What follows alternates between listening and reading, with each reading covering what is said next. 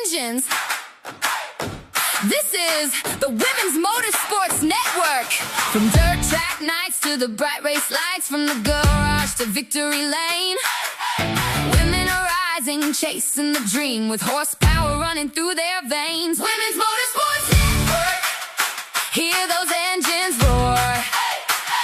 Stories of courage, speed, and heart, like you've never heard before. Fuel her future, fuel her dreams.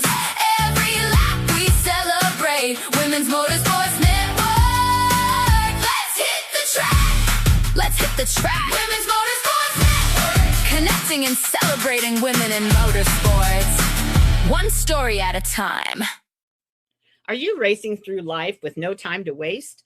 Then you need Save the Girls, the pit crew your phone's been waiting for. These stylish touchscreen purses let you text, call, and snap pictures without ever taking your phone out. Whether you're at the track, in the stands, or running errands like it's race day, this purse keeps you in control.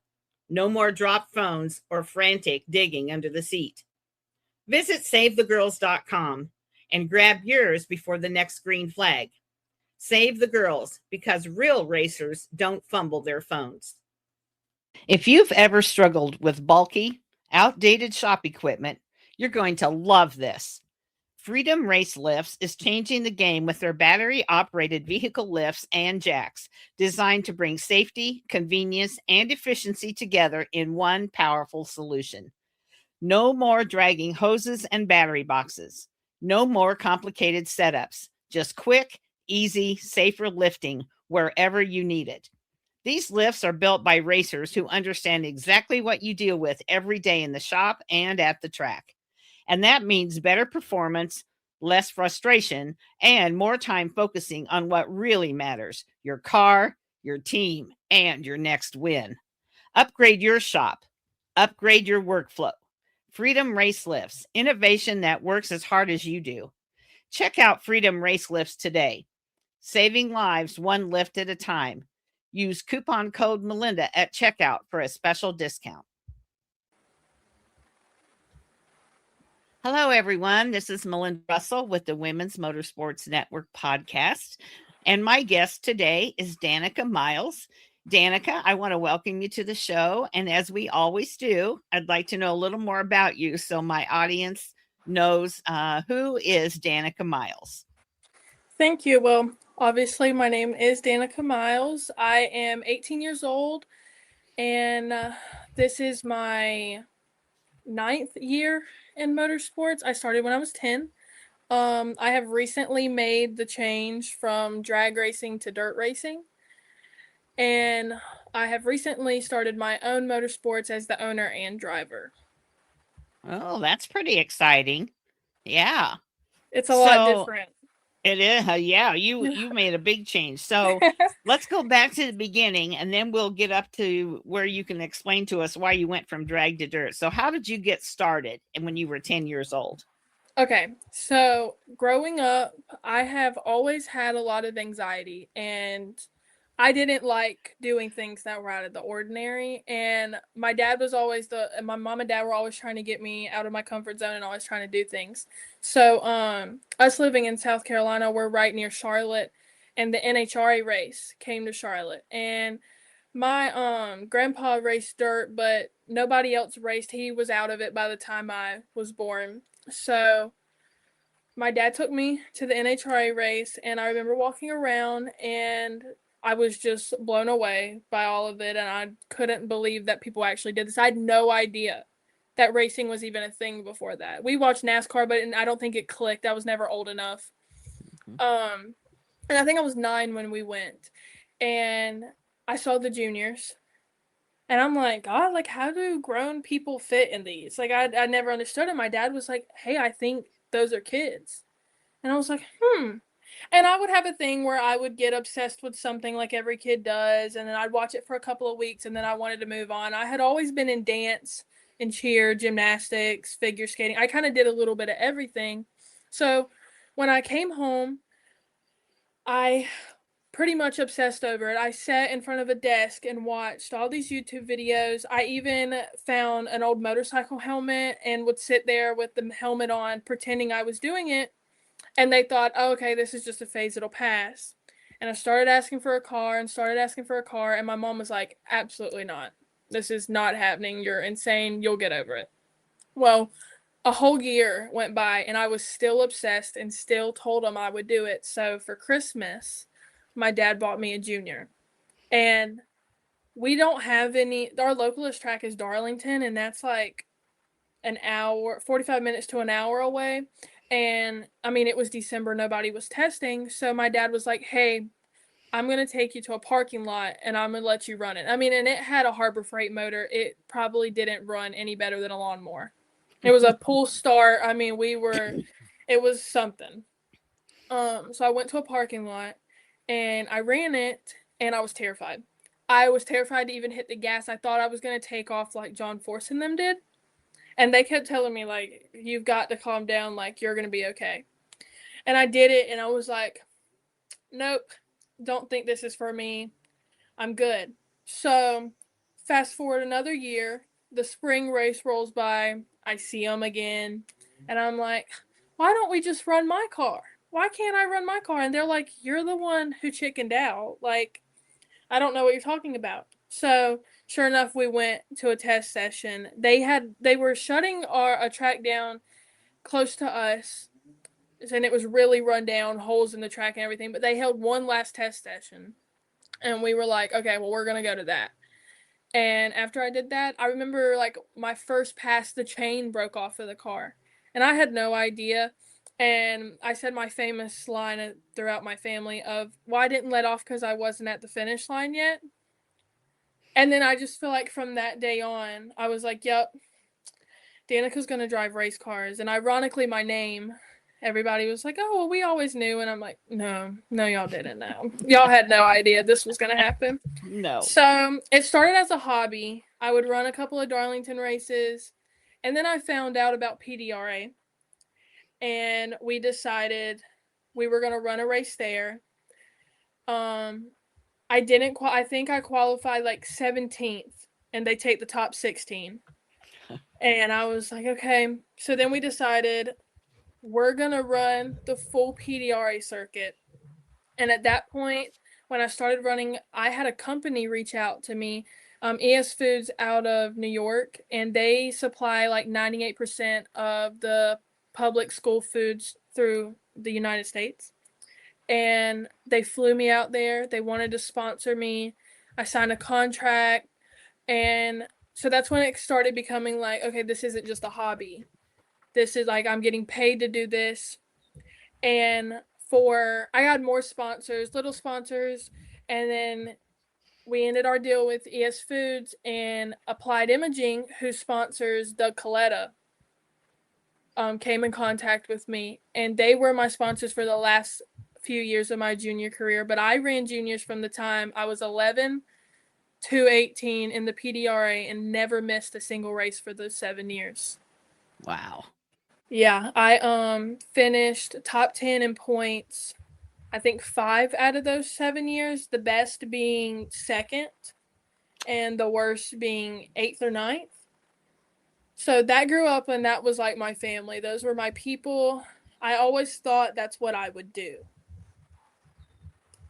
So that's pretty much how it started for me. It went from a whole lot of nothing to we're just going to be little drag races on the side to I ended up being homeschooled and I was traveling up and down the East Coast to race. Mm-hmm. So you get out of that's pretty amazing, first of all, that you never missed a race. Not a single. I had COVID one year. And I was like, it was when COVID was like freshly happening.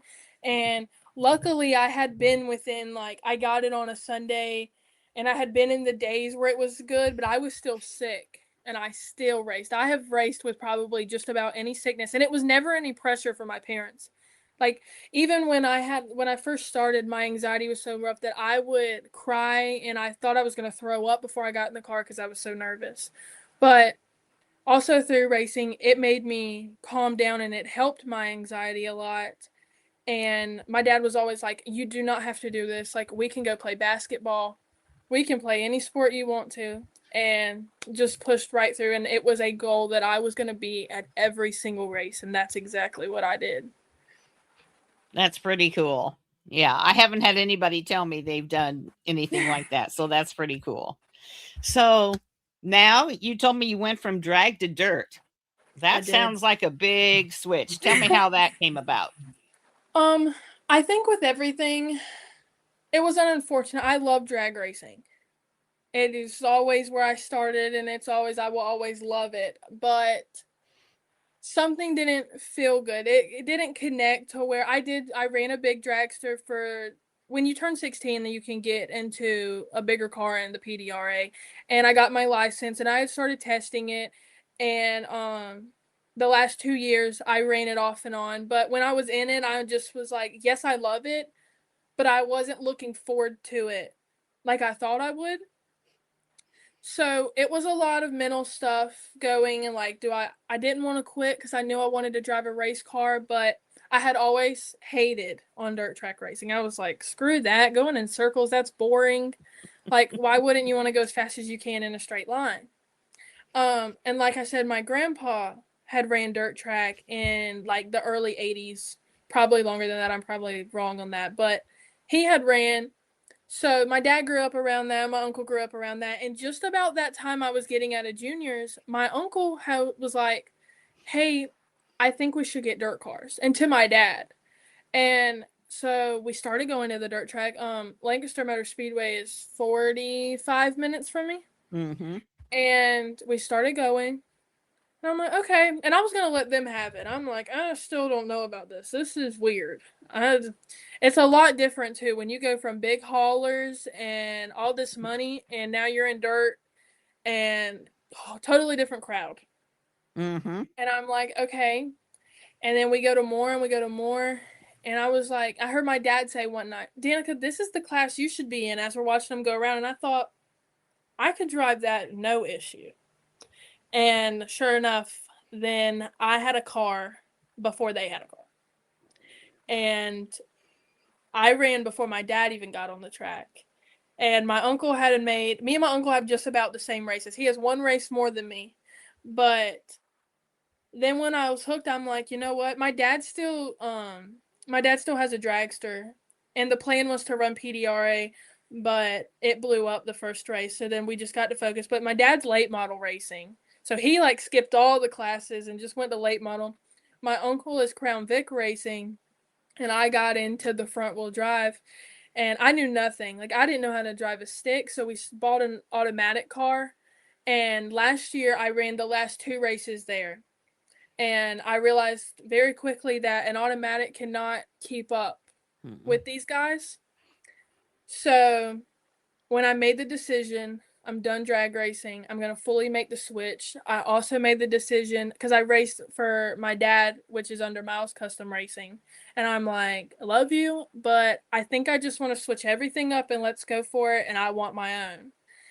And I created Danika Miles Motorsports and got a car, which he did help me with the car. But ever since then, I have paid for every part.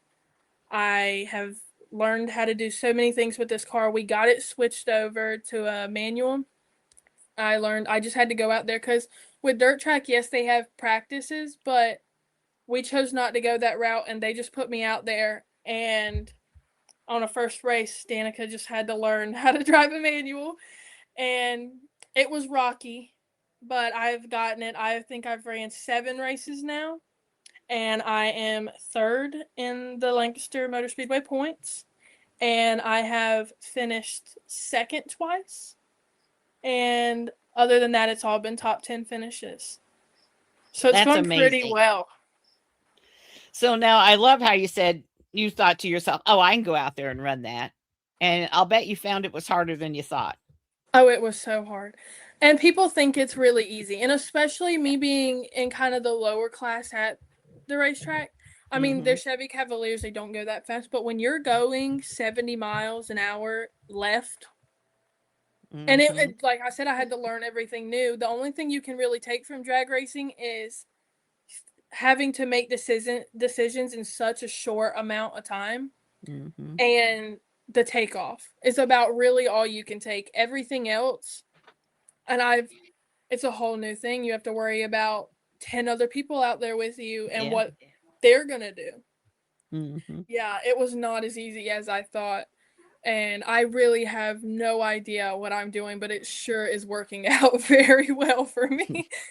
Yeah, it sounds like it. It Mhm. sounds like it's actually a lot of fun.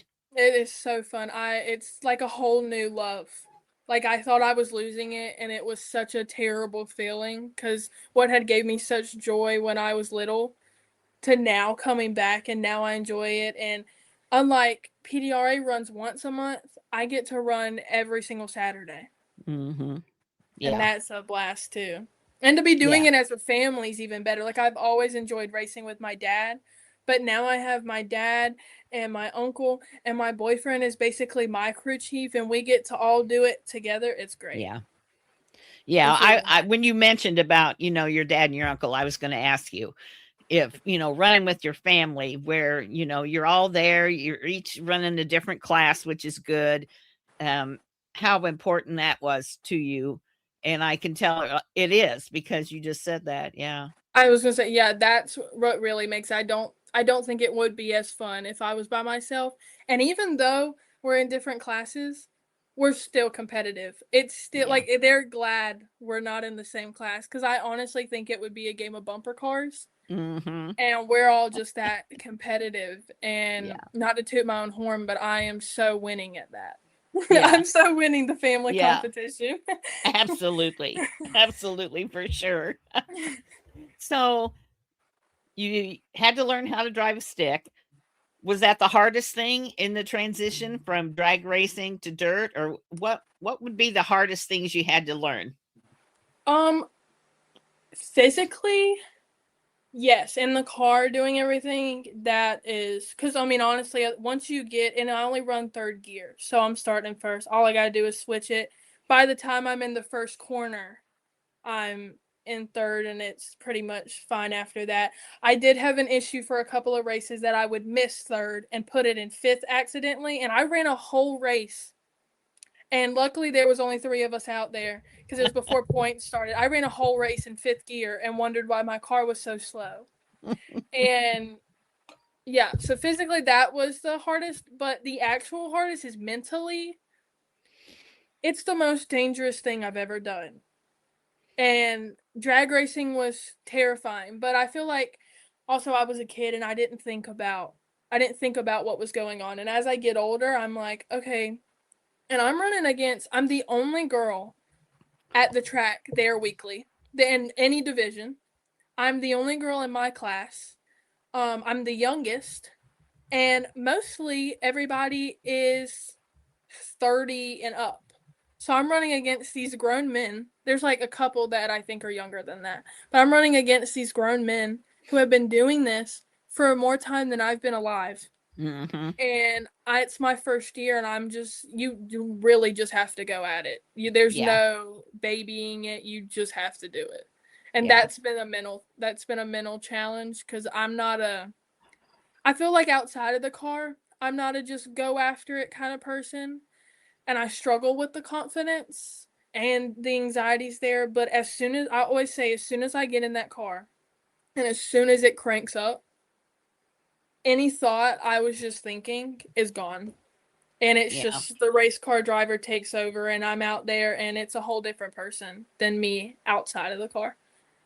I mean, you kind of see that you're not the only person, I think, that, it's kind of one person out of the car and a different person in. I mean, I first one that comes to mind is Joey Logano. They always say, on the track how aggressive or some, he is, but yet out of the car, he's like one of the nicest guys and does a lot of, and so I think you just put yourself in a different mindset once you get inside the car. Yes, Yeah. 100%. I think you have to. If you Yeah. don't, you're toast. Yeah. You can't play nice, and that's the bad thing. And that is what I've learned. You Hmm. can't take things personally because things can happen. Yeah. And I have had to apologize a number amount of times because you do rub, you do hit, Yeah. things go wrong. I mean, you have control, but sliding on dirt, you have little control. So Right. I have had to apologize so many times, and I am always willing to to own up to my mistakes, and I am learning. And I have had certain events like my whole hub and tire broke off. And the guy who helps me and build my car was right behind me. He hit it and he flipped over me. And that you just can't mentally prepare for that. Mm-mm. And I just, you feel terrible, even though it wasn't my fault, but it was my part's failure. And the dirt world is a lot different than the drag world, and there's a lot more haters, and they are a lot more violent online. And I had to deal with that. And then that has made its way to the racetrack, and I have had to power through all the negativity because these people like to try to fight, and I'm not a fighter. I don't want to No. fight you. I will apologize. I am so sorry, and let's move on. I Mm-hmm. never would it's like I told them I pay for my stuff. I would never want to wreck. I don't want to wreck it on purpose. I don't want to ruin it. I got to pay for it. And Right. I know how hard people work during the week to get their car built. I don't want to wreck you. I don't play Mm-hmm. dirty. If I'm going to win, I want to win right. I don't want to wreck you to win. Right. Right. It's amazing how fast people can just get really irritated and think the worst. And if you just take a breath, slow down and think about what happened, you realize that the person didn't want to wreck you any more than you want to be wrecked, or the other way around, Exactly. because it's expensive for everybody. Yeah. And we all have the same goal. We all Right. have the same goal. We're all out there trying to win. And we all want to make it home. Yeah. We all want to make it home. We all don't want to get hurt, and we all want to win. It's the same goal. Yeah, exactly. So, what does keep you going back to the track? I mean, like your dad even said, you could do anything else you wanted to do, but why? What keeps you going back there? Even with the negativity, you're the only girl, all of that stuff, and yet you keep showing up. Why? I wish I knew. Some days it's a question, but I don't know. Something in me. I think it's also like a proving thing. Not that anybody's there going you can't do it, but I think deep in me it's like I know you can do it, and I know I want to go far, and I know my goals. And not even that I have specific goals. Like I have no idea where the end goal is. I don't know where I want to end up. All I know is that I want to drive a race car, whether what series that might be in. Right now, the goal is to build up in the dirt world, and Hmm. who knows the opportunities I'll have and where that can take me. But I think it's just maybe proving to myself. Yeah. I think every time I have a bad weekend, like this last weekend was not a good weekend for me. I broke, I had a little run in, I broke, and I have also never experienced the fan base that I've had, and all these little girls keep coming up to me and they want pictures and they want me to sign their shirt because these people around here haven't seen a girl run at their track. Hmm. And I think that also makes it harder for me because now I really want to prove to these little girls, like, hey, you picked a good one, Yeah. and I just want to prove it that I'm going to win. And not that it's happened yet, but I feel like we're really, really close, and I keep wanting to prove to myself I can do it because in the 7 years of drag racing, I never won a single race. Hmm. I Yeah, got that's close. hard. There's people that don't ever win a race. So, that's I made it to multiple finals and never was able to pull through it. And it took me a long time in drag racing to build up where I got that far. So yeah. I never had that first year luck in drag racing. It was always something. I'd be in a final round, my motor blew. That happened more times than I can count. Hmm. So to be doing this and having people telling me like how impressed and how good and how everything's going with this, I just, it feels completely different. And I feel like it is a goal that is achievable. And I think feeling like that makes it easier to do. Like if you feel that much confident, then I think it's easier to get there. Yeah. So, Danica, you talked about your anxiety and confidence a little bit, but there's a lot of things that I believe that you learn in motorsports, whether you're a driver or whatever your part is, that you can take into life. I call them life lessons. If you've ever listened to any of my other podcasts, that's a familiar term for me to use. What are some other life lessons that you've learned from being in motorsports? That's a great question. Like I just mentioned, I think how to treat people is a big thing. Not to give up. And I feel like I have, how to word it, I feel like I have missed out on a lot of things for racing. Like I said, I was homeschooled. I never got a prom. I never got any high school experience. I was homeschooled when COVID started. I was in 7th grade. So 8th grade up, I never had school. And I think the life lesson of that is that it's okay to miss those things for stuff that you really want. And to whatever you put your mind on, that you can do it. Yeah. If that makes any sense. It's a It that was does. that's a It it's been a does. big lesson. And teenager you doesn't see that. And not that, I mean, I No. still am a teenager, but little you, I thought, and I went through that phase like, oh, I want to go to parties, I want to go to prom, I want to do this. Screw that. And I'm so glad I did not listen to myself. I'm so glad I did not listen. Okay, good. Good, because the other thing that I hear a lot of times from girls, and I'm sure boys maybe are the same, but I don't really interview boys, but a lot of things that I hear from them is friendships. Like if you don't go to public school, or if you're homeschooled, um and then you go to the races on the weekends, that is your community. And that Yes. is your, whereas if you go to public school, those kids there are your, that's who you go to pizza with, or you go to watch basketball, or you do whatever it is you do. And I've had a lot of girls tell me that even when they were in school, like in public school, that a lot of kids didn't understand about their racing, Yes. and that they didn't really have a lot of friends. And so that's always sad to me. But it doesn't seem like the girls that have said that really felt that it was a bad thing. They were just like, No. "Oh, yeah, I didn't really have a lot of friends. Nobody really understood why I wanted to be at the racetrack on the weekends. Those people were my friends." Yes. And so, Like I said, that was my whole family. I grew up with all of those kids, because especially being in a junior class, they're all kids. yeah. And yeah, from the time little, immediately you make friends. And to now, I still, even though I'm not drag racing, I still talk Mhm. to them.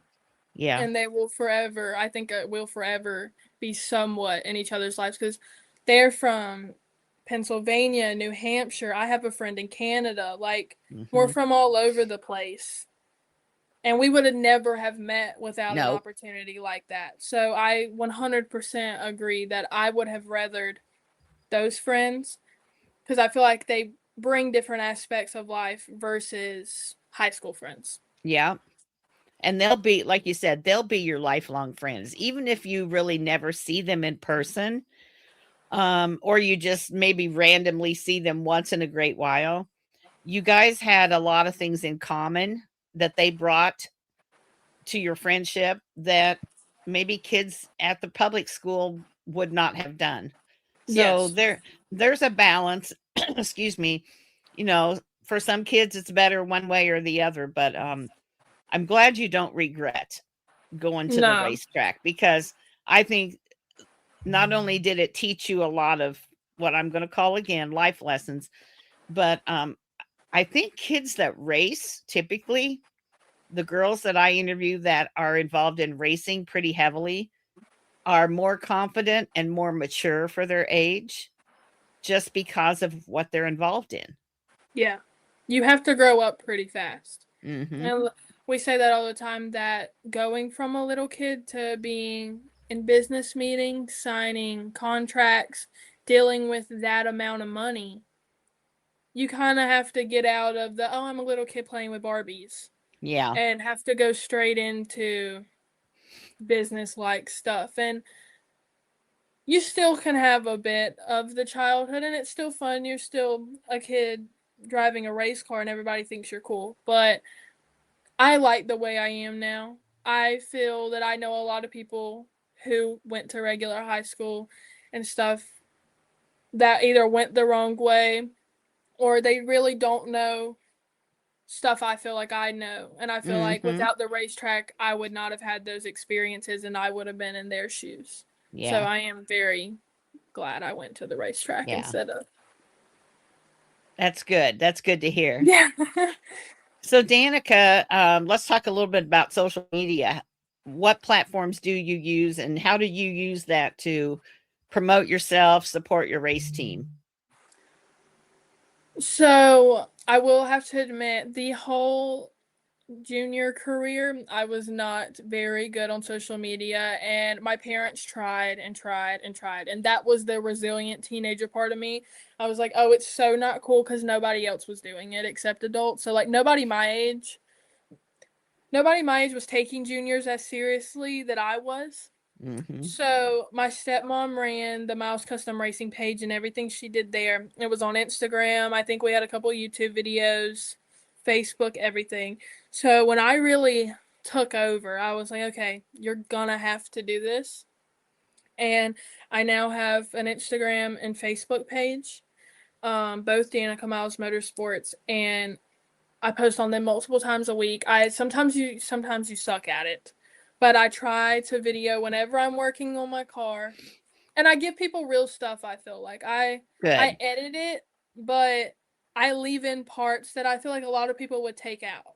Like, I Uh-huh. want them to see the bad. I want them to see what I'm having to go through. The days where I'm sweating and didn't get ready and put makeup on and didn't do my hair, and I have these lazy clothes on, but I'm outside working on my car. Mm-hmm. That's what I like to show people. I don't like the glamorous, and I'm not like that. I don't get up and get ready every day and put makeup on, because I'm not going to do that when I'm working on my race car. Right. There's no point in ruining good clothes while you're. And I have No. never in my life been as dirty as I have been since I started messing in mud. I Yeah. never knew. I never knew. And I do not know how that much mud gets in my car, but it does. Mm-hmm. And only one person has to get it out, and it would be me. Yeah. And it Need a sucks, good but it has to get good done. hose and a good nozzle and spray all I that have out. never been closer with a pressure washer. Yeah. I've never used one until recently. That's funny. So if somebody wanted to know like where you're going to be racing or how you did, they could find you on Facebook or Instagram. Yes, And have you had any like has had social media you think been a benefit for you though to be on and absolutely. posting more? Yeah. I recently, I'm not gonna say who because it hasn't gone through yet, but I recently have had multiple people reach out to me who know me through the racetrack, but then they also went and looked online and they want to be on my car, and I never thought that would have been possible. So it's kind of Mhm. like, it just feels amazing when people message you and say, hey, like, I see you at the racetrack, but I also came and checked you out, and I love the way you are on the track, and then I love how the Mhm. way you are off the track. And that kind of builds your confidence to where you want to post more, because it Yeah. does take a lot to put yourself in front of a camera and just talk or video Mhm. yourself. You've got to have a certain mentality for that and be okay. Like, hey, people might not like this and this might not get a lot of views, but if you keep doing it, Yeah. they will. People will eventually see it. People will see it. And it might not even, it might be 40 people who see it, but those 40 people are going to come back next time and watch you and tell 40 more people about it. Yeah. Yeah. So I do think it People has been a big benefit. people like to see authentic. Like you said, how some people will, cut stuff out and redo it 10 times to get it perfect. No. That's one of the draws of this podcast is unless something really terrible happens or like we lose connection, something like Yeah. that, or one time a lady's cats got up on the piano and was playing a tune while we were trying to talk.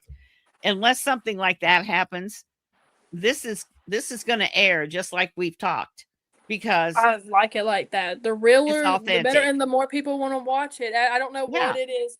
And I've learned, like, even putting music over your race car, people don't want to hear music over your race car. They literally just want to hear your race car run. right. It doesn't Right. matter who it is. And it's just like little things like that that you wouldn't know till you post. And Yeah. you figure it out. And when you see it do good, it's an amazing feeling. Yeah, it is.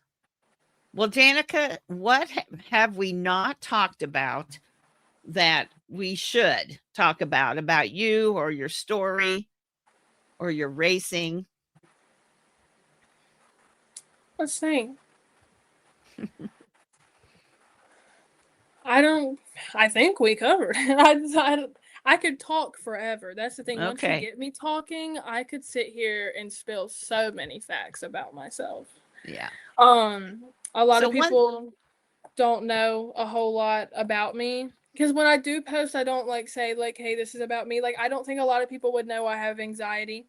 Um, I have a disease. I have ulcerative colitis, which is a step under Crohn's.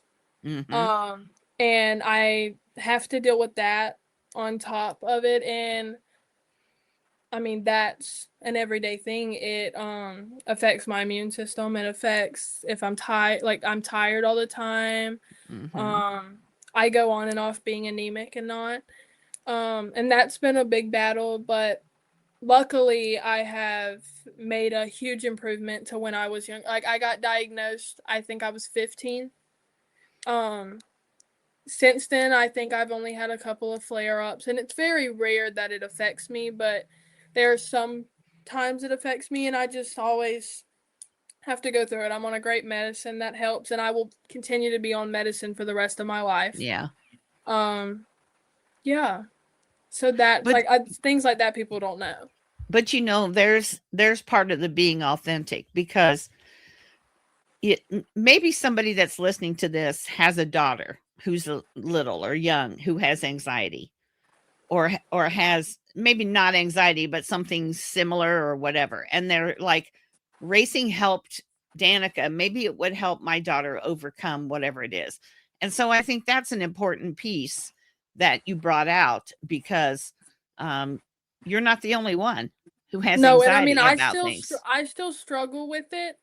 So Danica, I really think that you being so authentic and sharing about having anxiety, having some health issues, you never know who's going to be listening to this, who might have a daughter or a son, or even themselves, that might be going through those same things. And then they look at you and they say, oh, racing really helped her through this. Maybe I should do this or that. And so I think that's important that you are willing to share that with people. Yeah, 100%. I was to the point where no, my job was little, but I wouldn't go in a gas station. I wouldn't go in a grocery store. I was terrified if someone knocked on the door at my house. It was just anything. I wouldn't go to a doctor. I wouldn't go to a dentist. Anything you could possibly name, I was scared of. And I never knew why. No doctor can tell you why. I couldn't voice ever why I was feeling that way. And I only wanted to be with a parent. My mom, my dad, my grandma, anybody like that in the close circle is who I wanted to be with. And if I wasn't with them, it was insane. Like I would freak out with everything. And I think it even started like I had it before I could even talk. I remember getting dropped off at preschool. They had to meet me at the car with a bucket and knowing I was going to throw up every single morning because I had to leave my parents. I don't know. And then randomly, I think the first year of me junior racing, I'd have to have a Dr. Pepper on the side and I would just sip it. And I learned that if I sipped it, I wouldn't feel nauseous and it would take my mind off of it and I wouldn't throw up or I wouldn't gag or anything like that. And then I remember randomly it was just gone. And when that was gone, then I remembered, oh, okay, well, now let's worry about something else. And talking to people was scary, and posting on social media was scary. And then now I would have never done this. Mm-hmm. And I think a lot of people that know me and listen to this are going to be like, gosh, like she's talking good. And it's a sense of being proud of myself because I never, Yes. ever thought I would be where I am. And my anxiety has been so much better. And I think being in motorsports is the reason for that. You just have to find something that takes you out of your comfort zone that you love enough. And I think it helps. It really does. Well, Danika, thank you for being on today. Thank I really you. appreciate you being on the show and telling your story. I think it's going to help somebody out there. We may never know if it does, but I'm guessing it will because there's enough people that listen to the show that there'll be somebody that says, I'm glad I'm glad I heard that show. So, I hope you have a really successful season. Thank I you. hope you win your first race this Thank year. you. Make sure you let me know if you do and send me a I picture will. because I like to keep track. And 100%. yeah, and when you post on social media, if you tag Women's Motorsports Network, it's easier for me to keep track of you. So I just want to wish you good luck and have a great summer, and maybe Thank we'll you. connect again at the end of the season. For sure. Start your engines. This is the Women's Motor Fun Network.